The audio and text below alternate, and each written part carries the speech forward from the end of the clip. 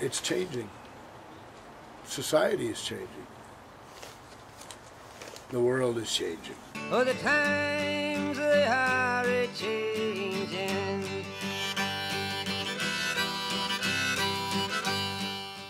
The amendment that's being placed on the ballot is asking Minnesotans to say that the only marriage between a man and a woman will be recognized in the state of Minnesota. And there's already a law on the books that says that.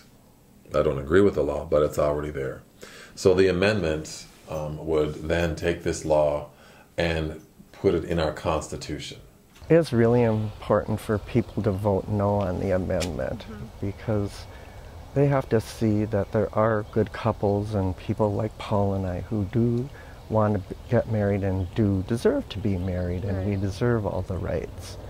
And I don't think anyone deserves to be discriminated against, whether it's race, color, creed, or whatever. It should be equal. It should be equal, and it's not someone else's place to judge that or to choose for my family what's right for my family. I want to say, why would you vote no? And how does it affect that person's life? You know, does a same-sex couple really, is that really a bad decision for the community? And I would argue that no, it's a very good decision because it's supporting lots of families. It's offering kids to be raised in a society that's welcoming. Thank you.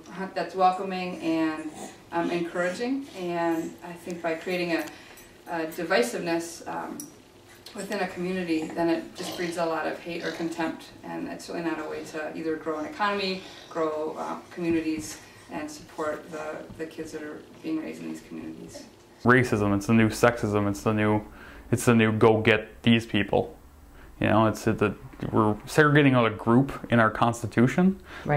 That should turn everyone away. We're asking for the same rights as heterosexuals. And I know, without a doubt that it's unfair and that people like us are being denied our rights as well as denied respect for our relationships. In this issue, I'm a mother.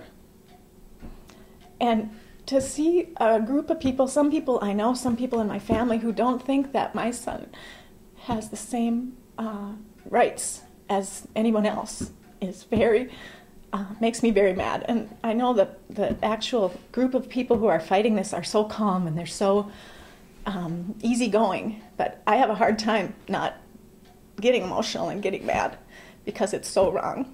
And sure, they say, well, we can have civil unions and we can have marriages. Why not just call it something different?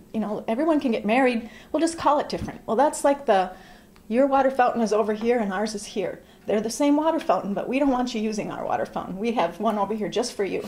That's not equality. And people need to realize that in this day and age, that we are all the same, and people should not be discriminated for whatever reason. And it makes me angry. By working against this amendment, what we're trying to say is our commitment to each other, our love for each other, isn't somehow less than the commitment or love of heterosexual couples. Afford one person, one American, a privilege, and take it away from another one. Oh, it's pretty universal. I think whether you're gay or straight, it's the same. To me, I think love really comes when you've been through so much. Yeah. I mean, Paul and I have been through.